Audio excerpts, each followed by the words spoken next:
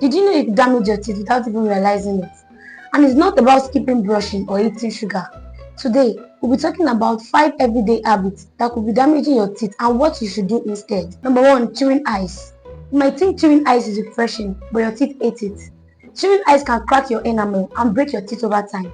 What you should do instead, ask for a straw when you want to take your drink, or when you are tempted, ask for a drink that does not have ice. Number 2. Using your teeth as tools. Most people do this a lot. For instance, using your teeth to cut tags, to crack nuts, or even using it to open bottle. When you do this, you can damage your enamel or even break your teeth. Instead of doing this, use the appropriate tools for the task. Your teeth is mainly for chewing food. Let it stick to it.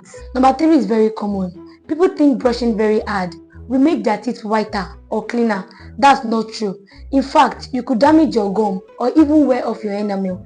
Instead, get a soft brush and brush gently. It is better for your teeth.